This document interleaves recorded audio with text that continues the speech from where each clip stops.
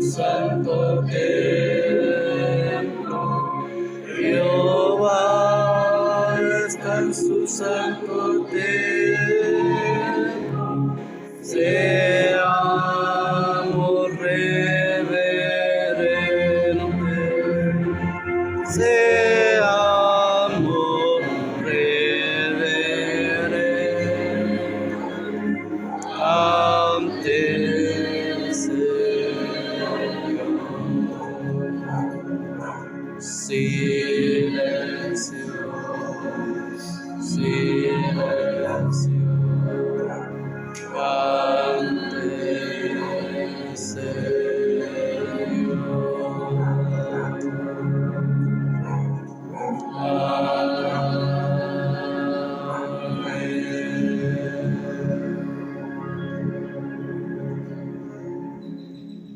Padre nuestro que estás en el cielo, santificado sea tu nombre. Amén. En este momento, tu pueblo se ha presentado delante de ti en obediencia al mandamiento que dice: acordarte haz del día de reposo. 6 días trabajarás y llegarás toda tu obra, mas el 7º día es reposo para Jehová tu Dios. Amén. No hagas en él obra alguna, tú, ni tu hijo, ni tu hija, ni tu criado, ni tu criada, ni tu bestia, ni tu extranjero que está dentro de tu puerta, porque 6 días hizo Jehová los cielos y la tierra. Por tanto, Jehová bendijo el día de reposo y lo santificó. En obediencia a ese mandamiento tuyo, Padre, tu pueblo se ha presentado delante de ti para adorarte y glorificarte.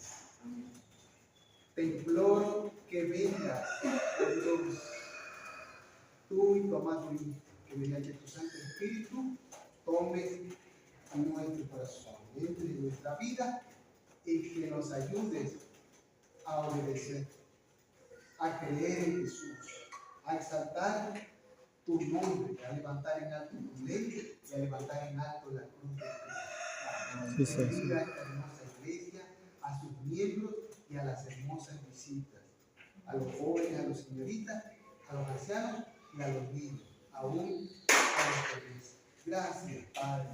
Te imploro que me ayudes a ir adelante y que me ayudes a hacerme a un lado para que solo sea tu palabra la que hable. En el nombre de Jesús. Amén. Amén.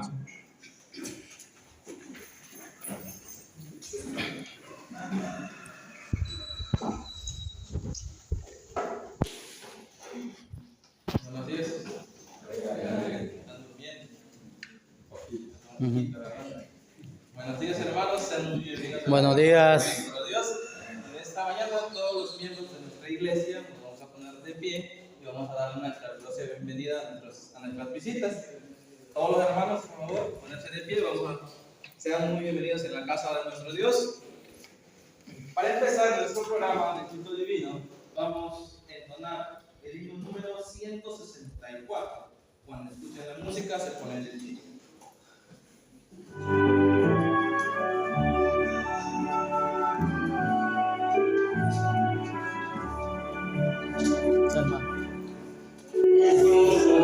Volverá, tengo con el poder, promesa nos dio y la cumplirá, su rostro podremos ver, gloria y majestad, vendrá nuestro Salvador. El Señor no solo quiere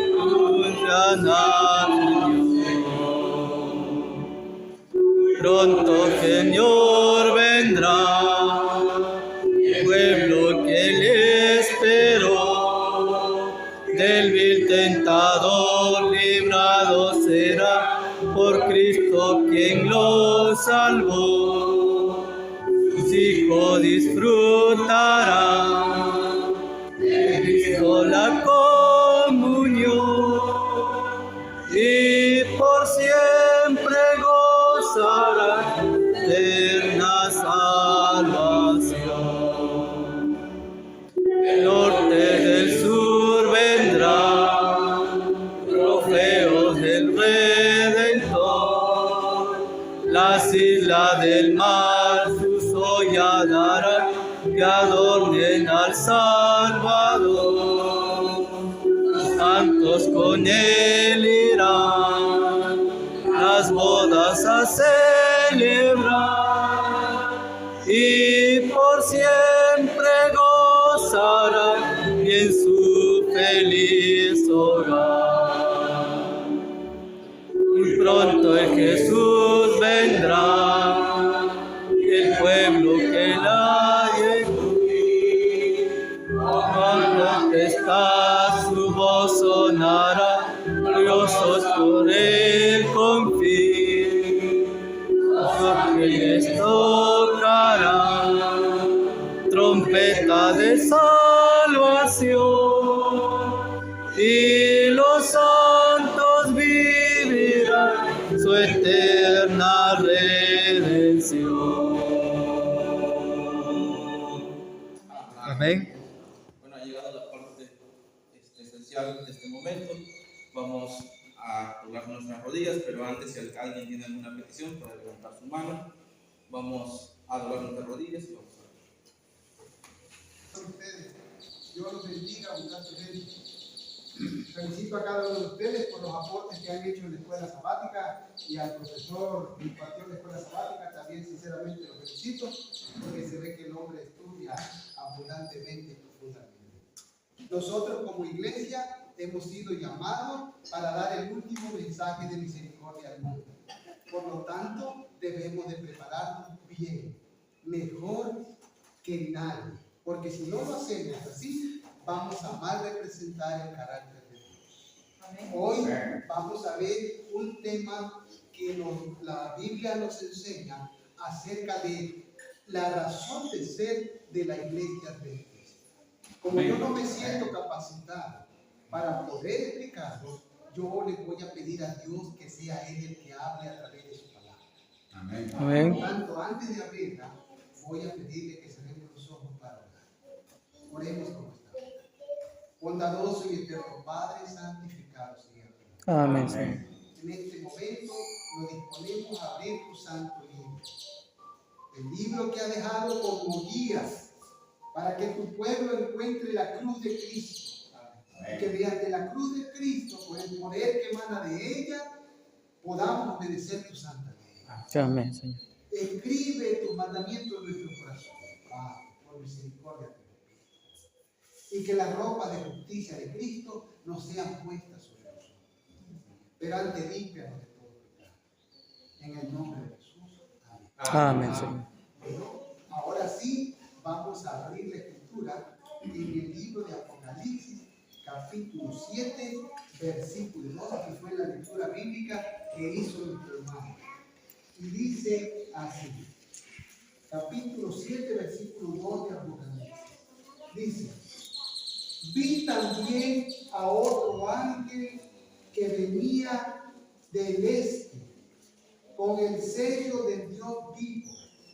Gritó con voz potente a los 4 ángeles a quienes se le había permitido hacer daño a la tierra y al mar. Hermanos, ¿quién es la persona que está hablando aquí que dice, vi que del este se levantó un ángel? Juan. Juan. El apóstol Juan era el último de los apóstoles de Cristo que estaba vivo, porque todos los demás habían sido muertos, habían sido asesinados.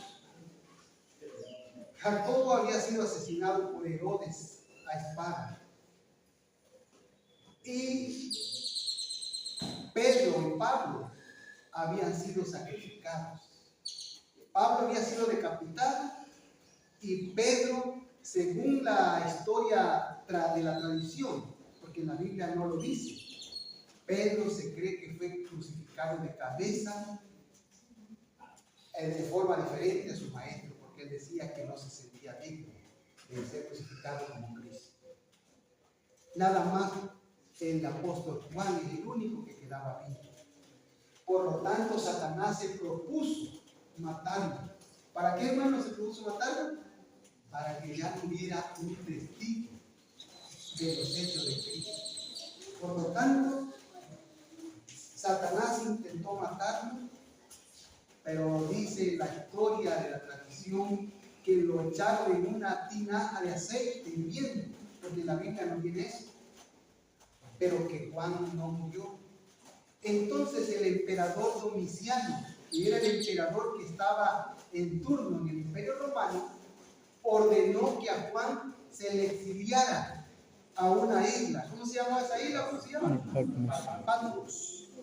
Esa isla de Patmos se encuentra en un lugar llamado el Dodecaneso. Se llama Dodecaneso porque en ese lugar hay 12 islas, y una de esas islas se llama Patmos. En ese lugar de Patmos, en ese tiempo, era como una cárcel, pero en forma de isla. Ahí no había nada, solo rocas. Entonces, la idea del emperador Domiciano era de que el apóstol Juan se muriera de tristeza. Juan había estado hablando en el nombre de Cristo. Y entonces, ahora, ¿a quién le iba a hablar? Allá a la roca, le decían sus enemigos. Y Juan, pues se mantuvo en la fe. Él sabía que Dios no lo iba a abandonar. La cosa maravillosa que pasó fue que Juan, en la isla de Patmos, recibió la visita del Hijo de Dios, ¿sí o no? Porque dice el libro de Apocalipsis: yo estaba en el Espíritu en el día del Señor. ¿Cuál es el día del Señor? Sábado. Porque la Biblia dice: mi día santo, dice la Biblia. Quiere decir que Juan estaba en el día de reposo, y entonces Jesucristo se le apareció, y Juan indudablemente cayó postrado, pero alcanzó a percibirlo, que brillaba de una forma como el libro de Daniel dice que es el Padre, porque en el libro de Daniel dice que el Padre tiene un resplandor que ciega los ojos, no puede ver uno su rostro porque moriría, y que el Padre es fuego consumidor, y que los que lo han visto al Padre dicen que es alguien de una majestuosidad infinita y que solo alcanzan a percibir su gloria. Pero en el libro de Daniel habla de que el Padre es un ser glorioso infinitamente. Y Juan dice que en el Apocalipsis, al ver al Hijo de Dios, lo ve de forma semejante a como el libro de Daniel manifiesta que es el Padre. Porque así como el Padre es Dios, también su Hijo es Dios. Así como el Padre fue el consumidor, también su Hijo fue el consumidor. Y entonces el apóstol Juan dice que él vio en visión, porque Jesús le empezó a hablar del futuro de la iglesia, porque la iglesia había sido perseguida hasta casi borrarla de la faz de la tierra, porque ese era el plan de Satanás, que no quedase un testigo vivo de la vida de Cristo, que no quedase un testigo vivo de la gloria de Dios, y que no quedase un testigo vivo que dijera que los 10 mandamientos todavía estaban vigentes. Satanás tenía planes acerca de la iglesia, pero Dios, que no duerme, cuidaba a su iglesia y envió a su Hijo para que le manifestara a Juan las cosas que deben suceder. ¿Cuándo? Pronto. Eso ya pasó hace casi 1800 y tantos años atrás, casi 2000 años han pasado de esa visión, ¿sí o no? Y se le dijo a él que sucedería pronto. Si cuando a él estaba vivo, y fue casi hace 2000 años, se le dijo que iba a suceder pronto, quiere decir que ahorita que estamos nosotros aquí, es más pronto, ¿o no? Estamos más cerca que él. Quiere decir que está a la vuelta de la esquina. Y si Juan se preparaba a conciencia, nosotros no debemos de hacer excepción, ¿verdad? En vez de nosotros retraernos de la iglesia y dejar de venir, debemos de presentarnos con más frecuencia, ¿verdad? Amén. Amén. Porque Dios dirige a un pueblo, no dirige a átomos dispersos o ramas extraviadas. Dios dirige a un pueblo, no dirige a una persona que diga, yo me voy a ir por aquí y el otro se va a ir por allá. No, Dios dirige a un pueblo así como sacó a Israel de Egipto, lo sacó como un pueblo. Entonces Juan estaba viendo en visión y él dice, vi que del este se levantó un ángel. Entonces nosotros, para interpretar esa profecía, tenemos que pararnos en el mismo lugar donde estaba parado Juan. Porque si nosotros nos paramos en el lugar en donde nosotros consideramos o donde estoy ahorita, voy a interpretar mal. Porque él está viendo ese evento profético desde la isla de Patmos. Si yo lo interpreto desde otro punto, me va a arrojar hacia otro lugar. Entonces Juan en visión vio que un ángel se levantó del este. Y para interpretar esa profecía, tenemos que ir a un mapamundi, a un mapa donde viene todo el planeta, a donde están los continentes. Entonces, ahí está la isla de Patmos. Y si nosotros miramos en el mapamundi el este, a donde nace el sol, aquí nace el sol, aquí lo vemos, ¿no? Mis hermanos, cuando yo me di cuenta qué país representaba el este, visto desde Patmos, mis ojos se abrieron enormes. Porque el este, en la isla de Patmos, es los Estados Unidos. Quiere decir que de Estados Unidos se levantaría un ángel, un mensajero, una iglesia. La pregunta es, ¿cuándo se levantaría? No lo debe decir la Biblia. No lo debe decir la Biblia. Pero está hablando en simbolismo. O sea, Juan ve un símbolo, ve a un ángel, pero que simboliza una iglesia. Por ejemplo, nosotros tenemos aquí, ¿qué es esto? Es un árbol. ¿Pero es un árbol en realidad? No. ¿Pero ese que está afuera es un árbol en realidad? Ese sí. Pero este simboliza un árbol, o sea, es una figura. ¿Este qué es? ¿Pero es el arcoíris? No. Simboliza. ¿Este qué es? Una montaña. ¿Pero es una montaña?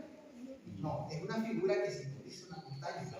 Entonces ese ángel simboliza algo. ¿Y qué dice la Biblia? Los adventistas saben qué cosa significa un ángel. Creo que simboliza ¿qué? Un mensajero, una iglesia. Entonces estamos en el capítulo 7 de Apocalipsis. Entonces lo debe de decir en la Biblia cuándo se levantaría ese ángel. Para eso vamos a Apocalipsis capítulo 6. En Apocalipsis capítulo 6, versículo 12. Ahí nos dice cuándo se levantaría ese ángel. Apocalipsis capítulo 6, versículo 12.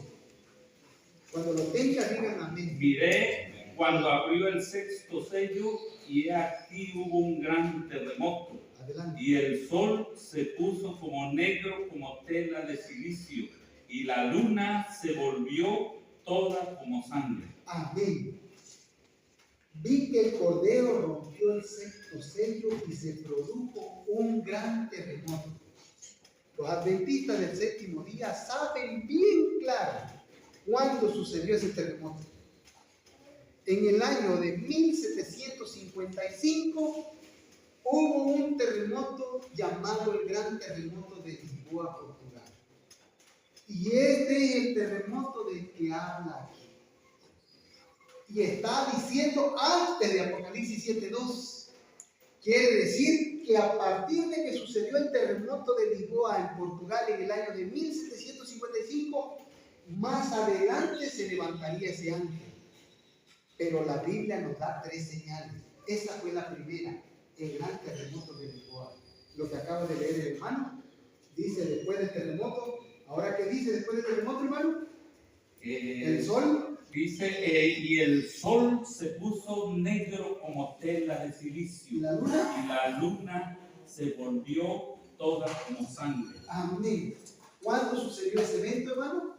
En el año de 1780, el sol y la luna se pusieron en la forma que la profecía dice. En el año de 1780, usted va a la historia, ahorita Gracias a Dios es fácil accesar a la historia. Antes los libros los tenía la gente que podía comprarlos. Ahorita usted con un celular, en una biblioteca o en algún lugar le pregunta a un joven de escuela, le dice, ¿me puedes decir cuándo sucedió el día oscuro? Y entonces le pone ahí, ¿cuándo sucedió el día oscuro? Así nada más. Y entonces en automático la internet te arroja, el día oscuro sucedió en el año de 1780 en la parte este de los Estados Unidos, cuando se oscureció todo y los animales se fueron a guardar como si hubiera llegado la noche. Y la gente, si en el terremoto de Lisboa de 1755 lloraban que ya había venido el fin del mundo, pues ahora al ver las tinieblas que se palpaban, dice Conflicto de los Siglos, que se sentían, las tocaba, parecía como cuando está quemando la basura y le pasas la mano y el humo lo puedes casi tocar. Las tinieblas del día oscuro eran tan grandes que la gente se espantó, que pensaba que el día del fin del mundo había llegado. Y el Antiguo Testamento habla de que esa señal iba a llegar. Y Jesucristo en el capítulo 24 de Mateo también dice que el sol y la luna se pondrían así, o no lo dice así. Jesucristo lo dijo y el apóstol Juan lo está repitiendo, lo está confirmando, y la historia ratifica que la palabra de Dios siempre se cumple, ¿sí o no? Amén. Amén. Pero faltaba otra señal más. ¿Qué dice la otra señal, hermano? Y las estrellas caerán del cielo. Dice, y las estrellas del cielo cayeron sobre la tierra como la higuera que deja caer sus higos, como es sacudida por un fuerte viento. Amén. La caída de las estrellas. ¿Cuándo sucedió la caída de las estrellas? Otra vez va en internet. La caída de las estrellas no te va a arrojar otro dato. Te va a decir, en el año de 1833 cayeron las estrellas. Ese evento sucedió en los Estados Unidos y uno de los que narra dice que caían las estrellas tanto que parecía como que si el cielo se había venido encima de la tierra. La gente estaba. Es todo el continente americano. Sí. Eso sucedió en Estados Unidos, pero se vio en todo América. O sea que allá esas señales tendrían que verse de manera más prominente, porque allá se iba a levantar una iglesia en Estados Unidos. Entonces, esa parte, las estrellas, usted las ve, viajan a gran velocidad, y como dice el hermano, en toda parte de América podía haber un evento profetizado. 1833 sucedió ese evento. Ahora, ¿qué sucedió en lo espiritual? Eso sucedió en el cielo, una señal física, cósmica. ¿Qué sucedió en el año de 1833? En el año de 1833, un hombre llamado Guillermo Miller se había levantado para predicar acerca de la segunda venida de Cristo. Ya un ángel lo había visitado desde el año 1818 y hasta el año 1832. Guillermo Miller estuvo estudiando, trabajaba todo el día. A veces dice que llegaba a las 11 de la noche a su casa, ¿se imagina, hermano? Y a las 11 de la noche se ponía a estudiar. ¿Sabe qué hago yo si llego a las 11 de la noche? ¿Qué hago? Agarro una silla y me siento. Ese hombre se ponía a estudiar, porque había encontrado la perla de gran precio. Había visto que este libro es más de lo que la gente dice. Y entonces él empezó a predicar. ¿Cómo empezó a predicar él? Él le dijo a Dios, si tú quieres que yo hable de esto al pueblo, a la iglesia, que me vengan a invitar, por favor. Yo me siento apenado, era tímido, tenía cierta timidez. Yo no quería hablar delante del pueblo. Y dice la historia que un niño llegó a verlo. Tío, es que mi papá dice que si quiere ir a predicar en su lugar, ¿por qué no va a estar? Y entonces él con timidez empezó a predicar. Y Dios lo fortaleció y empezó a predicar, que conmovió a casi todo Estados Unidos, ¿sí o no? Pero fue en el año de 1833 que a Guillermo Miller se le dio un documento.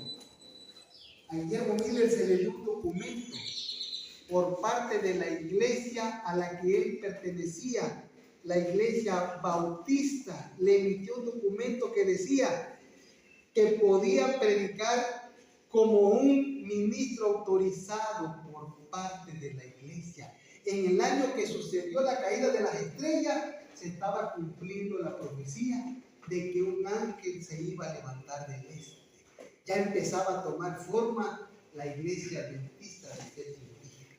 Porque ese hombre, Guillermo Miller, es el que iba a dejar su obra, su legado a la iglesia que nosotros ahorita representamos. ¿Lo dicen amén? Amén. Una obra que Dios le dio a ese hombre, y ese hombre empezó a predicar que para el año de 1843, el 22 de octubre, Cristo venía a la tierra.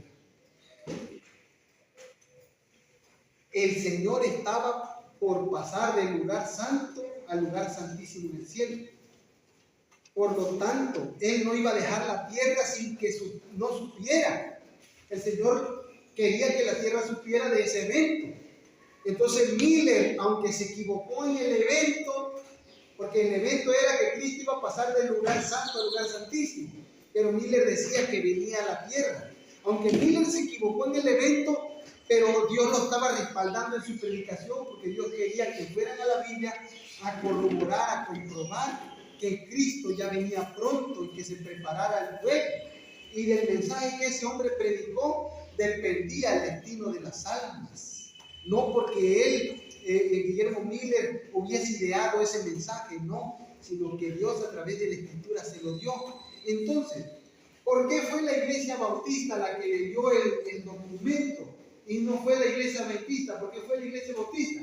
Porque no existía, la iglesia adventista. No existía. Por lo tanto, Dios a través de una iglesia cristiana, porque aunque no lo queramos aceptar, o lo aceptamos, antes de que la iglesia adventista existiera, otras iglesias ya predicaban, ¿o no?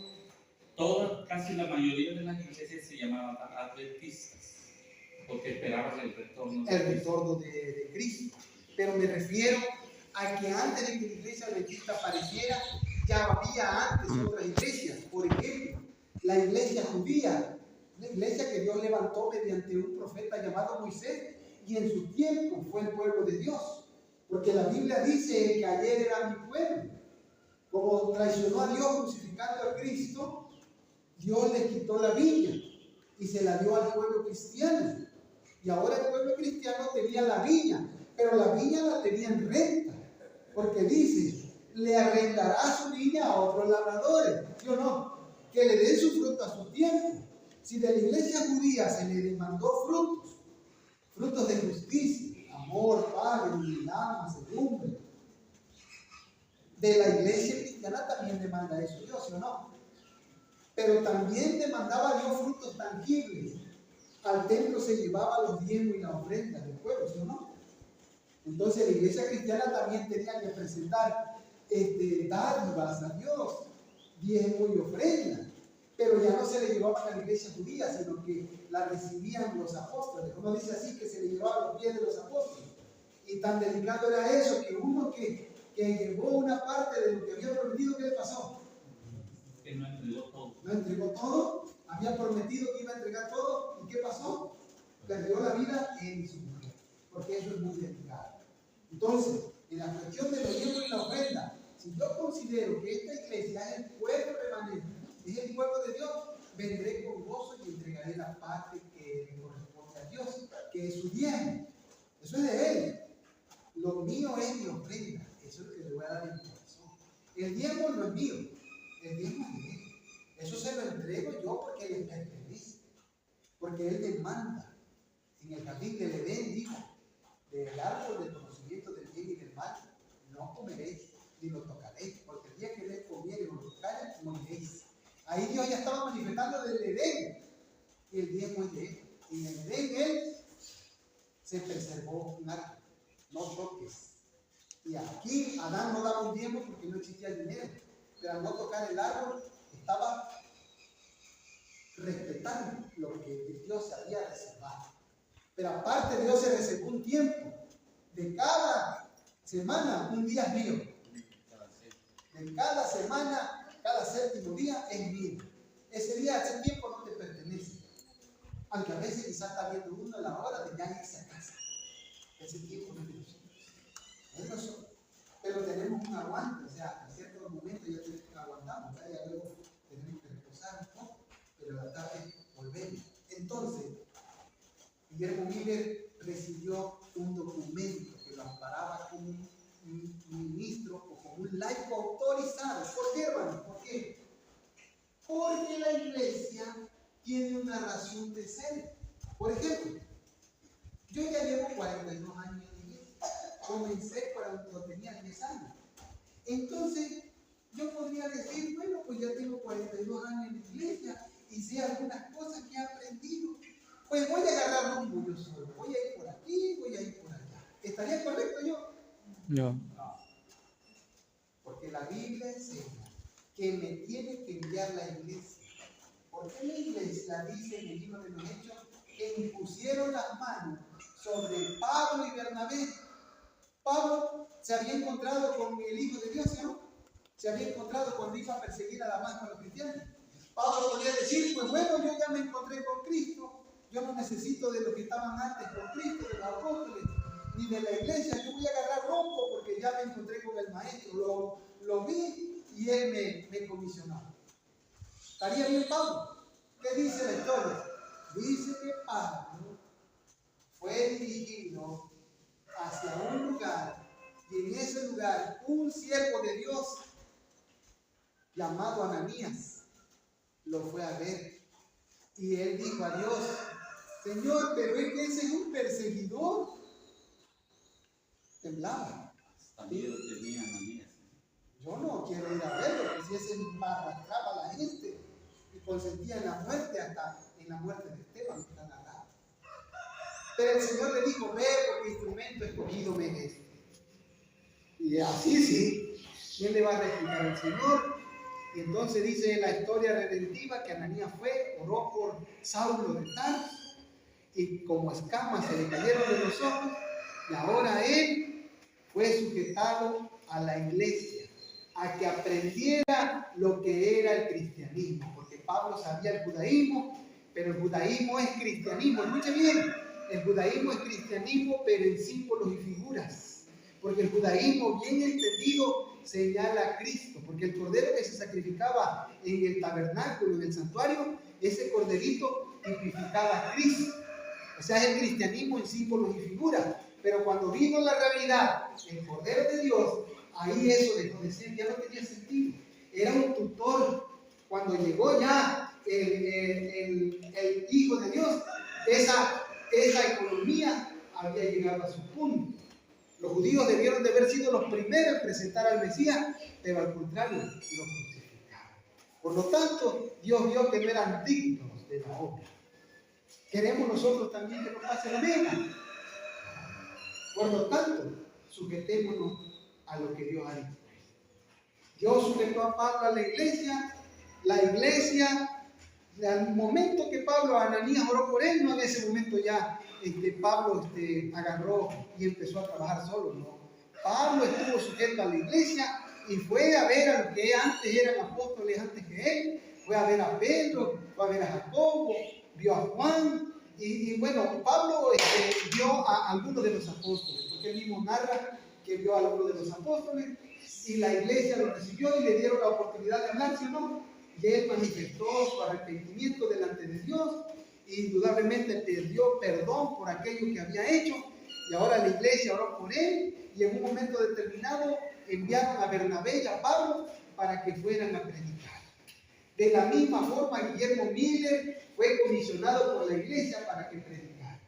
Y en el año de 1833, Guillermo Miller comienza a predicar, y en el año de 1843, es la primera vez que él manifiesta que Cristo, o sea, que Cristo vendría en el 22 de octubre de 1843, pero luego al estudiar el tema del santuario, ellos ven que Daniel capítulo 8, versículo 14, que dice, y dijo el ángel, hasta 2300 tardes y mañanas y el santuario será purificado.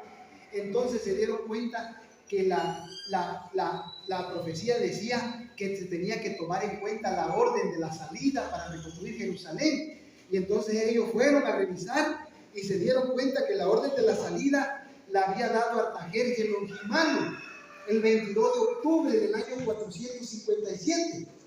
Ya había dado 2 decretos anteriores, Ciro y Darío, pero se toma en cuenta también el decreto de Artajerjes, Ciro, Darío y Artajerjes, los 3 decretos, pero el que marca la partida de esa profecía es la de Artajerjes Longimano del 22 de octubre del año 457, y esos 2300 tardes y mañanas llegan hasta el año de 1844, el 22 de octubre. Por lo tanto, el 22 de octubre se tenía que levantar un ángel del este, más en forma. Y es ahí, el 22 de octubre, que nace una iglesia. ¿Cómo se llama esa iglesia? La Iglesia Adventista del Séptimo, lo que ahora conocemos, Iglesia Adventista del Séptimo Día, pero no se conocía así. Amén, exactamente. ¿Por qué? Porque los adventistas en el tiempo de Guillermo Miller guardaban ¿qué día? Domingo. El domingo. Esperaban la venida del Señor, pero formaban parte del mundo cristiano. Y entre el diablo y el Papa habían engañado al mundo cristiano de que el domingo era el día del Señor y el día que estaban guardando era el domingo. Y una verdad más clara, la verdad antigua, la verdad del Edén, porque el sábado no es desde el Sinaí, No. el sábado es desde el Edén. Génesis capítulo 2 dice que después de que fueron acabados los cielos y la tierra, Dios bendijo y santificó el sábado. Así la dice en Génesis capítulo 2. Desde el Edén, Adán y Eva lo reposaron por primera vez con el Señor, y eso vino siendo un hilo de oro que se guardó el sábado. Siempre hubo un pueblo, un grupo, un conjunto de personas que guardaron el sábado en toda la historia, y esa es la herencia que Dios le estaba dando al punto de dar a este pueblo. Porque Israel le dijeron, acuérdate. Acuérdate, acuérdate. No le está diciendo que aquí en adelante. Le dice, acordarte haz, como dice el hermano, acuérdate. En otras palabras, no te olvides del día de reposo. No te olvides del día de reposo. Porque señal son entre mí y mi pueblo, entre mí y mis verdaderos hijos. Claro que los otros seres humanos que habitan este planeta son hijos de Dios por creación, pero debemos de ser hijos de Dios también por redención. Amén. Amén. Y esa forma de ser hijos de Dios por redención solamente es posible a través de Jesucristo. Amén. No hay otra forma. Jesucristo y el crucificado es la persona indicada para darle salvación a Israel, a la iglesia adventista, al mundo cristiano y a todo aquel que desee heredar la vida eterna. Entonces, hermano, cuando Guillermo Miller estaba todavía vivo, unos hermanos que lo habían amado mucho a él, le hablaron de que había un grupo de adventistas que lo habían oído predicar a él, pero que ahora estaban guardando el sábado.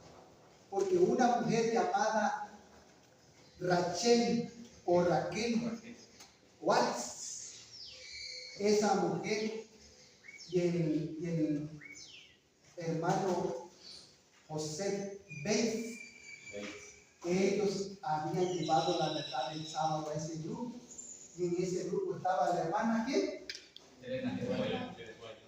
James White, su esposo, a la que le decían así el padre Pierce, así le llamaban el padre Pierce.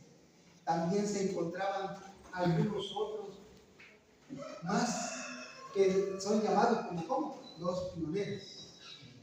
Ellos habían empezado a guardar el sábado, pero todavía estaba vivo Guillermo Miller, por alrededor del año 1845 hasta 1849, que fue el año que murió. Y entonces lo presionaban. Guillermo Miller, es que ese grupo sí cree lo que tú predicaste, pero ahora están guardando el sábado. Y dice el libro de Primeros Escritos que Guillermo Miller terminó por levantarse en contra del sábado. Levantó la voz en contra del sábado, y la profeta Elena G. Valle escribe que Dios mandó a descansar a Guillermo Miller porque todavía podía contrarrestar la obra de la iglesia. Guillermo Miller había trabajado en favor de Dios, pero ahora él había sido presionado por los dichos de sus hermanos que lo amaban, y como lo amaban tanto, lo presionaron hasta que él se levantó contra el sábado. Pero nadie se puede levantar contra el sábado. ¿Sabe por qué? Porque en el sábado está el sello de la ley. Porque ahí dice: acordarte aquel día de reposo. 6 días trabajarás y harás toda tu obra, mas el 7º día es reposo para Jehová tu Dios. Ahí en ese mandamiento es el único mandamiento de los 10 donde está el nombre de ¿quién? De Dios. Porque en 6 días hizo Jehová los cielos y la tierra. Entonces, en ese mandamiento, el 4.º mandamiento, está el nombre de Dios. De todos los mandamientos, el 4.º mandamiento es el que tiene el sello del nombre de Dios. En el sábado está resumido los 10 mandamientos. Mire, ¿sabe por qué? Porque el que guarda el sábado adora a Dios, lo ama con todo su corazón, con toda su alma, con toda su mente, con todo su ser, con toda su fuerza. Y el que guarda el sábado también ama a su prójimo. O sea que el sábado te impulsa a amar a Dios sobre todas las cosas y amar a tu prójimo. El sábado vienes a la iglesia y por la tarde, antes de venir a la sociedad de jóvenes, ya fuiste a ver a tu vecino si necesita oración, si necesita estudio bíblico, si necesita medicina, si no ha comido algún taquito de comparte. En el sábado es para ir a visitar. Amén. Sí, es el día del Señor. Pero si nosotros queremos visitar en otro día, podemos hacerlo. Pero en el día que más podemos hacerlo es el sábado, que estamos libres. Pero si yo llego a mi casa y agarro la mecedora, me va a vencer porque la mecedora es muy dormilona. Yo me he sentado en ella, agarro un libro y me duermo. Y la hermana Juan escribió, escuchen bien, hermano, la hermana Juan escribió que dormir el sábado es pecado. La escribió así. Una vez yo hablé de eso en una iglesia y un hermano que estaba ahí le dijo: hermano, dice, es que ese día que usted habló de que la hermana Juan escribió eso, yo reconozco mi pecado porque lo que más hacía el sábado era yo dormir. Y entonces dice él: recapacité. Hermano, si tú verdad te das cuenta, Dios no nos diga que a minuto, pero sí llega, come tranquilamente, te reposas un ratito, y a eso que como a las 3, porque a las 3 fue el sacrificio de Cristo, a esa hora pues vas a ver allá a tu vecino o a tu pariente, a tu mamita, a tu papito, si está vivo, algún vecino, y lo llegas a visitar. No necesariamente vas a llegar con doctrina, sino con el simple hecho que lo llegues a ver, a saludarlo. ¿Cómo estás? ¿Qué necesitas? Es difícil esas palabras. Tengo esta necesidad. Aquí está la ayuda. ¿Qué necesitas? Un campesino oraba por una mujer. Señor, sosténla. Y la mujer oraba: por favor, aunque sea dame 1 kilo de papas, no tengo que comer. Y el campesino acababa de cosechar, tenía toneladas de papas. Y la mujer oraba por 1 kilo de papas. Podía haberle llevado 1 kilo de papas, tenía toneladas de papas. No siempre se va a llevar algo, pero cuando se pueda. Donde come uno, comen 2. Me ha pasado cuando tengo que compartir el alimento en algún lugar. En una ocasión una joven me decía en el trabajo: me quedé a doblar, no tengo que comer. Pues ahí está el algo. Que casi se lo comió todo. Cuando fui a comer ya no había casi. Me llega a comer en mi casa. Esta comida ya la comí. Es recalentada. No importa, ya comí lo que quiero. Al otro día me fue a ver de nuevo, estoy doblando porque ella necesitaba mucho dinero y tomaba mucho turno a ella. Y no tengo comida. Y otra vez me acabó casi mi comida. Me está enseñando el Señor a compartir mi comida. Estoy muy joven. Me hace falta compartir mi comida. Y al tercer día me tocó doblar mi turno. Y ahora yo estoy diciendo: no tengo que comer. Ah, mi compañera: oye, fulana de tal, así ya sabes, no tengo que comer, estoy doblando. No te preocupes, vete a mi lote y agarra 2 tamales. Y más no eran unos tamales como para 2 personas, así de largo. Plan, y con eso comí. O sea, no corrí mucho y el Señor me pagó. Me enseñó una lección, me pegó de voluntad. Oh, qué gran es misericordia, nos enseña lecciones. Entonces, hermano, aprendamos a compartir no solo el pan, sino lo que sabemos. Ay, es que el mundo no guarda el sábado y aquellos no guardan el sábado. ¿Ya les hablaste de que el sábado es el día del Señor? No, no les he hablado. Pues ¿cómo? Si no les habla, si no les habla de que los mandamientos están vigentes, ¿cómo van a saber eso de esta verdad? ¿Cuál es el perfume de la iglesia adventista? El perfume de la iglesia adventista es el paso que Cristo hizo del lugar santo al santísimo. Eso no lo predica nadie. De eso debemos de hablar. De que, como dice la pregunta, ¿dónde está Jesús? Jesús está en nuestro corazón, pero también está en el lugar santísimo intercediendo por nosotros. Y a Él debemos de mirar, porque la Escritura dice, puesto los ojos en Jesús, autor y consumador de la fe, el cual por el gozo de ver la salvación de los hombres, dice que Él menospreció lo que Él era y deseó morir, una muerte y muerte. Por nosotros murió. Devolvámosle algo.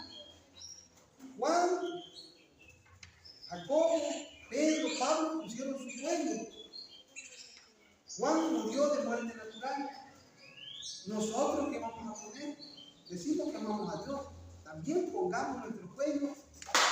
O sea, muramos al mundo y vivamos para Él. Hermano, Amén. Es una alegría y una felicidad haber estado aquí con ustedes.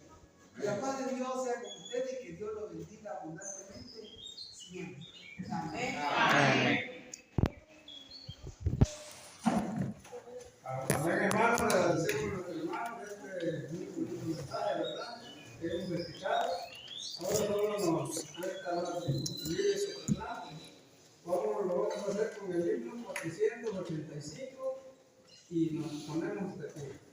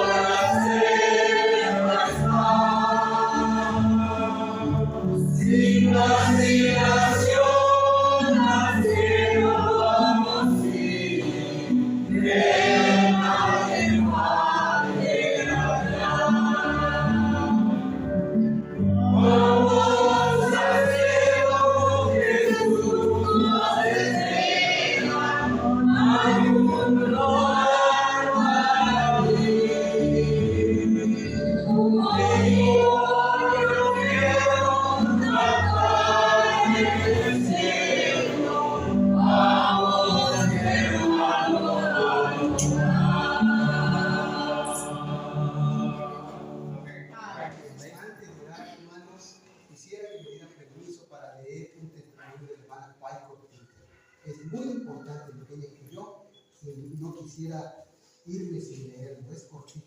Amén. Dice así. En un sentido muy especial, los adventistas del séptimo día han sido colocados en el mundo como centinelas y transmisores de Dios. Amén. A ellos ha sido confiada la tarea de dirigir la última amonestación a un mundo que perece, La palabra de Dios proyecta sobre ellos una luz maravillosa. Una obra de la mayor importancia le ha sido confiada, proclamar un mensaje de los 3 ángeles. Ninguna otra obra puede ser comparada con esta y nada debe desviar nuestra atención. Amén. de ella. La obra que tenemos, hermanos, sobre nuestros hombros es muy importante. Es tan importante que solo la supera la misma obra de Cristo. La obra que Cristo hizo en la cruz es insuperable, pero la obra que la iglesia adventista tiene le sigue en orden a Cristo. Así que responsabilicémonos de lo que Dios puso sobre nuestros hombros, amándolo y perdonándolo, hablando con amor unos a otros. Si tenemos algo que arreglar, arreglemos con paciencia, con humildad, porque el Señor está presente aquí. Y Él es muy celoso de su gloria. Él nos ve como sus hijos y Él aspira a que nos amemos unos a otros, porque cuando el mundo vea que aquí hay amor, aquí van a venir sin que los vayamos a amar. Amén. Van a decir, vamos con ese pueblo, porque en ese pueblo tiene la verdad. Ahí se ve que Cristo está en medio de ellos. Pero si nos encuentra la gente así, no van a querer venir, porque dice de allá, de otro lado, donde están haciendo hambre. Por eso, hermano, quiero hacer una oración especial por esta iglesia, pero quiero pedirle que si se acerca y me ayudan orando, voy a postrarme de rodillas, y el que quiera hacerlo conmigo, le invito a que lo haga.